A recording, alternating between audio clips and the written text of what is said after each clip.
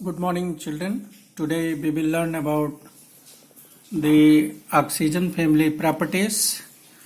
Now, the third property, that is the formation of halides. In the previous video, you have seen hydride and oxide formation by the members of oxygen family. Now, we will learn about the formation of halides. Actually, elements of the oxygen family forms halides in different oxidation states, that is +1, +2, +4 and +6. They can be classified into 4 types. First one is monohalides, like O2F2, S2F2, S2Cl2, S2Br2 and Se2Cl2. Actually, monohalides exist in dimeric form. So if you see how, suppose this is sulfur monofluoride, SF is formed. So here is one odd electron left. Similarly, in this SF also this odd electron is left. As sulfur is having how many electrons? 6 electrons. 1, 2, 3, 4, 5 and 6. तो जब इसके साथ sharing हो गई तो 7 electron हो गया इसके अराउंड. तो यहाँ पर एक ऑड इलेक्ट्रॉन है.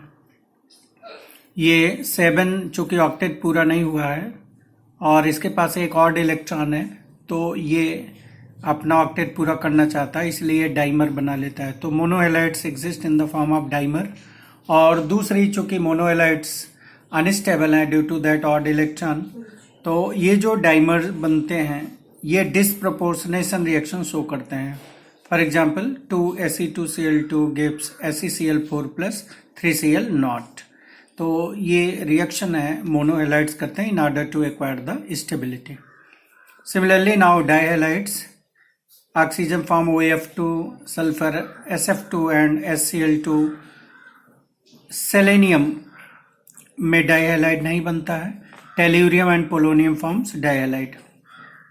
अगर इन डाइहैलाइड्स में देखें बच्चों, तो इसके स्ट्रक्चर के बारे में देखें तो HCl2 का स्ट्रक्चर ठीक उसी तरह से होता है जैसे वाटर का स्ट्रक्चर होता है.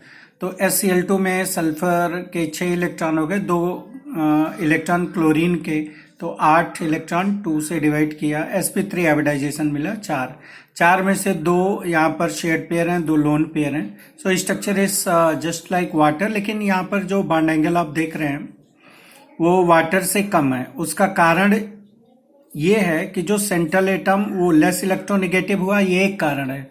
और दूसरा कारण ये है कि जो सराउंडिंग एटम है यहाँ पर क्लोरीन है, chlorine is more electronegative. So it pulls the shared pair of electron away from the central atom. तो जब शेयर्ड पेयर सेंट्रल एटम से दूर जाएगा तो इसमें जो बॉन्ड पेयर रिपल्सन है वो कम हो जाएगा. और lone pair bond pair repulsion चूंकि ज्यादा होगा तो इसीलिए बॉन्ड एंगल यहाँ पर कम हो जाता है 103 डिग्री. अगर हम टेट्राहैलाइड्स की बात करें, so tetrafluorides are more stable than chloride and then iodide. So sulphur forms tetrahalide. Oxygen में तो टेट्राहैलाइड होगा नहीं, because oxygen can not make 4 covalent bond. Selenium forms selenium tetrafluoride, tetrachloride and tetrabromide. Similarly, tellurium and polonium also. Among tetrahalides, the tetrafluorides are most stable. Sulfur tetrafluoride, selenium और tellurium tetrafluorides ये बनते हैं. Sulfur tetrafluoride is gas, selenium tetrafluoride liquid है और tellurium tetrafluoride solid state में exist करता है. अगर हम इनके स्ट्रक्चर के बारे में देखें, फिर बच्चों उसी तरह से पहले हाइब्रिडाइजेशन स्टेट फिर वेस्पर थ्योरी का यूज करते हैं. तो सल्फर के कितने 6 इलेक्ट्रॉन और 4 इलेक्ट्रॉन आ रहा 4 क्लोरीन एटम से शेयरिंग के समय. तो टोटल हुआ 10 इलेक्ट्रॉन. मतलब यहाँ पर कुल 5 पेयर्स हैं. तो 5 पेयर में से 4 शेयर्ड पेयर है और 1 लोन पेयर इलेक्ट्रॉन्स हैं.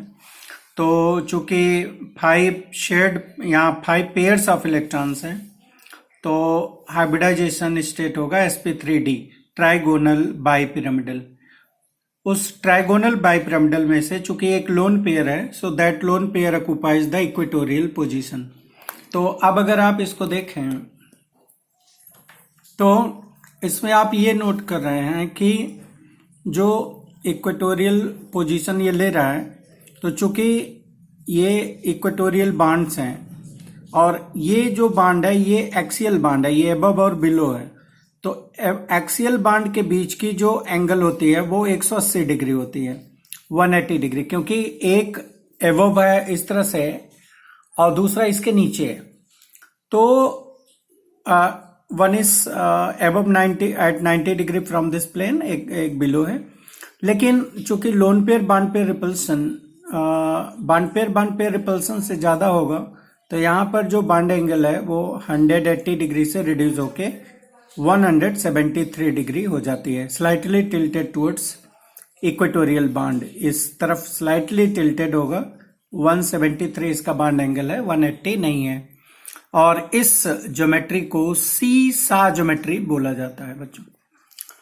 ये स्ट्रक्चर कई बार पूछा जाता है, draw the geometry of SF4, सीसा ज्योमेट्री। दूसरा ये है कि SF4 undergoes hydrolysis very easily and it forms 4HF and SO2। Tetrahalides act as Lewis base, क्योंकि इसमें एक लोन पेयर है, और ये लिविस एसिड का भी काम करता है, क्योंकि जो टेट्राफ्लोराइड्स हैं, तो सल्फर में d ऑर्बिटल है, ये हेक्साफ्लोराइड में भी कन्वर्ट हो सकता है। तो ये दोनों की तरह, लिविस एसिड और लिविस बेस दोनों की तरह काम करेगा। हेक्साहैलाइड्स की बात करें तो केवल फ्लोराइड्स में ही हेक्साहैलाइड्स बनते हैं स्टेबल, पोलोनियम में कोई हेक्साहैलाइड नहीं है। तो सल्फर हेक्साफ्लोराइड, सेलेनियम और टेल्यूरियम हेक्साफ्लोराइड बनते हैं। स्टेबिलिटी जैसे जैसे डाउन ग्रुप जा रहे हैं वैसे वैसे कम हो रही है। जो सल्फर हेक्साफ्लोराइड है, it is colourless, odourless and non toxic gas at room temperature. This is thermally stable and chemically inert. ये केमिकली इनर्ट होता है। इसके केमिकल इनर्टनेस का कारण है कि इन सल्फर हेक्साफ्लोराइड, चूंकि सल्फर sp3d2 हाइब्रिडाइजेशन शो करता है, ऑक्टाहेड्रल ज्योमेट्री है, तो sulphur is protected from all sides by highly electronegative fluorine atoms. और इस प्रोटेक्शन ऑफ रिएक्शन सेंटर को हम स्टीरिक हिंड्रेंस बोलते हैं। तो इस स्टीरिक हिंड्रेंस के कारण जो वाटर है, इसका अटैक सल्फर पर नहीं हो पाता है। यही कारण है कि SF6 का वाटर के साथ रिएक्शन नहीं होता है, जबकि SF4 वाटर के साथ रिएक्ट होके SO2 और HF बनाता है। तो ये कई बार एग्जाम में भी पूछा जाता है कि भाई SF6 does not react with water, जबकि ये थर्मोडायनेमिकली अलाउड है। इसके लिए एंथैल्पी चेन नेगेटिव है, बट ये काइनेटिकली हिंडर्ड है। काइनेटिकली हिंडर्ड होने का कारण ये है कि जो सल्फर है, it is protected from all sides by fluorine atoms, and these fluorine atoms repel actually water molecule, and so water molecule cannot reach to the reaction center, sulphur तक नहीं पहुंच पाएगा, इसलिए ये हाइड्रोलिसिस रिएक्शन यहाँ पर नहीं होगी। क्लियर? तो ये आप जरूर याद रखेंगे बच्चों, ये रीजनिंग क्वेश्चन है कि भाई SF4 can be hydrolysed but SF6 can not. और SF6 के बाद जब डाउन ग्रुप जाएंगे सेलेनियम हेक्साफ्लोराइड, वहां रिएक्शन होने लगेगी, क्योंकि सेलेनियम की साइज लार्जर हो जाएगी अब, तो जो फ्लोरीन एटम्स हैं तो उसको प्रॉपरली वो प्रोटेक्ट नहीं कर पाएंगे, इसीलिए डाउन ग्रुप जाने पर रिएक्टिविटी बढ़ेगी, लेकिन सल्फर हेक्साफ्लोराइड ये रिएक्ट नहीं होगा वाटर से इन हाइड्रोलिसिस रिएक्शन। इसके बाद बच्चों आता है एबनॉर्मल बिहेवियर ऑफ ऑक्सीजन। तो आपने प्रॉपर्टी पढ़ते समय कई जगहों पर देखा कि जो ऑक्सीजन है, it exhibits abnormal behavior, and the reason for exhibiting abnormal behavior is due to smaller size, high electronegativity and non-availability of d orbitals. अब अगर हम कुछ प्रॉपर्टीज देखें जिसमें ऑक्सीजन एबनॉर्मल हो रहा है, तो देखिए oxygen is gas while all other members are solid. Oxygen diatomic है जबकि अदर मेंबर्स ऑक्टाएटॉमिक हैं। Oxygen exhibit oxidation state of -2 and -1 और plus oxidation state stable compound में नहीं शो करता है, जबकि other members form compound in positive oxidation state of +2, +4 and +6 and they are stable also. Oxygen ionic compound बनाता है, other form covalent compound. P पाई multiple bond oxygen में होता है, जिसकी वजह से ये O2 बनाता है, जबकि अदर मेंबर्स में पी पाई डी पाई होता है जो कि अनस्टेबल होगा। Boiling point of water is higher than H2O, क्योंकि यहाँ इंटरमॉलिक्यूलर हाइड्रोजन बॉन्डिंग है, यहाँ वैन डर वाल्स फोर्स और टेक्शन है। H2O लिक्विड है, H2S गैस है, this is again due to hydrogen bonding and high boiling point. Water is neutral, जबकि others जो है they are weak dibasic acid. तो इन सभी प्रॉपर्टीज में आप देख रहे हैं कि oxygen is different from other members. और दूसरी प्रॉपर्टी जो कि oxygen is paramagnetic but others are diamagnetic. तो इस तरह से ये एबनॉर्मल बिहेवियर हुआ। Now we will see how the dioxygen can be prepared और इसकी प्रॉपर्टीज क्या हैं। डाइऑक्सीजन, इसको O2 लिखते हैं। Oxygen means dioxygen, in gaseous form means dioxygen. Okay, now preparation by decomposition of oxygen rich compound. जैसे oxygen rich compound जिसमें oxygen ज्यादा हो, जैसे पोटेशियम क्लोरेट, KMnO4, K2Cr2O7, इनके डिकम्पोजिशन से हम ऑक्सीजन बना सकते हैं। So this is the reaction in lab. How it is prepared by heating potassium chlorate in presence of MnO2। Actually होता क्या है कि पोटेशियम क्लोरेट को अगर MnO2 के बिना हीट करें इन एब्सेंस, तो बहुत ज्यादा हीट यहां देना पड़ेगा, 673 से 873 केल्विन। लेकिन चूंकि लैब में इतना टेम्परेचर देना आसान नहीं है, तो इसीलिए MnO2 मिला देते हैं बच्चों। अब हीट करने पर ये रिएक्शन 420 केल्विन पर ही होने लगती है and we get oxygen. 2KClO3 potassium chlorate, manganese dioxide here act as catalyst, gives potassium chloride and oxygen gas. Thermal decomposition of oxides of less reactive metal, ये भी होता है, जैसे मरकरी ऑक्साइड है, सिल्वर ऑक्साइड है, इनको सीधे आप हीट कर दीजिए, so oxygen is liberated actually. Manufacturing करेंगे, manufacturing means production on large scale. तो इसके लिए air is good source of dioxygen. तो एयर को हम क्या करते हैं, लिक्विफाई करते हैं। लिक्विफाई करने के बाद इससे वाटर वेपर और कार्बन डाइऑक्साइड निकाल देते हैं। देन जो लिक्विड एयर हमें मिलता है उसका फ्रैक्शनल डिस्टिलेशन करते हैं। तो फ्रैक्शनल डिस्टिलेशन करने पर पहले डाइनाइट्रोजन ये अपने टेम्परेचर पर जो कि 70 केल्विन है उस पर निकल जाता है। इसके बाद तो जो नीचे लिक्विड एयर बच जाती है उसमें ऑक्सीजन रहता है ग्रेटर क्वांटिटी में, और oxygen get separated at 90 degree kelvin, 90 Kelvin temperature.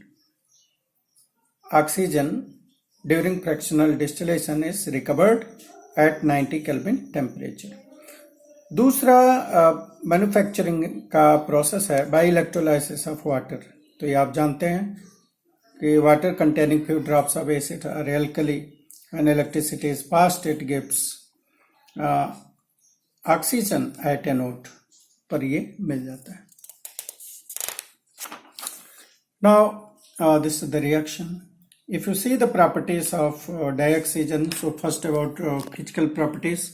So it is colorless, odorless, tasteless gas, slightly soluble in water. लेकिन जो भी solubility है that is sufficient to sustain the life of aquatic animals. Exists in the form of three isotopes: oxygen 16, oxygen 17, and oxygen 18. Oxygen 18 is used in radio isotope labelling mechanism की study के लिए इसका use करते हैं। It is paramagnetic in nature. Now chemical properties, हम जानते हैं कि ऑक्सीजन बहुत रिएक्टिव है, लेकिन रूम टेम्परेचर पर ये जनरली रिएक्ट नहीं करता कुछ रिएक्टिव मेटल को छोड़ करके। इसका कारण है कि ऑक्सीजन डबल बॉन्ड ऑक्सीजन की जो बॉन्ड इंथैल्पी है वो 493.4 किलोजूल पर मोल है। तो इसीलिए इसकी रिएक्शंस के लिए इनिशिएशन की जरूरत होती है। But once the reaction is initiated then ये सस्टेन होता है, बिकॉज कि जब ऑक्सीजन की रिएक्शन होती है तो उसमें हीट भी लिबरेट होती है, प्रोसेस एक्सोथर्मिक होता है। तो ये जो लिबरेटेड हीट है ये उसको रिएक्शन को सपोर्ट करता है। ठीक है, it is neutral towards litmus, it is supporter of combustion, oxidation. Dioxygen is a powerful oxidizing agent and hence oxidize metal, non-metal and compound सबके साथ इसका रिएक्शन होगा। As first one is reaction of metal, जैसे sodium के साथ oxygen react हुआ, sodium oxide बना, magnesium के साथ ये रूम टेम्परेचर पर रिएक्शन हो रहा है, लेकिन मैग्नीशियम के साथ आप देख रहे हैं इसको क्या करना पड़ रहा है, हीट करना पड़ रहा है, then it forms magnesium oxide. तो इस तरह से अलग अलग मेटल के रिएक्ट होने के लिए अलग अलग टेम्परेचर की जरूरत होगी। Reaction with non metal, hydrogen के साथ देखिए it require different temperature to form water. Nitrogen के साथ रिएक्ट होके नाइट्रिक ऑक्साइड बनाता है, 3300 केल्विन टेम्परेचर चाहिए। Sulphur burns to give SO2. These oxides are covalent and they are acidic in nature. और जो metal oxides होते हैं they are ionic and they are basic in nature. Now reaction with compound. कुछ compound से भी ये उनको oxidise करता है, like 2SO2 plus O2 gives 2SO3. ये मेन प्रोसेस है सल्फ्यूरिक एसिड के प्रोडक्शन का, कंटैक्ट प्रोसेस है, जहां पर बेनेडियम पेंटोक्साइड ये कैटलिस्ट का काम करता है at 720 Kelvin and 2 atmospheric pressure. Now this is nitric acid production.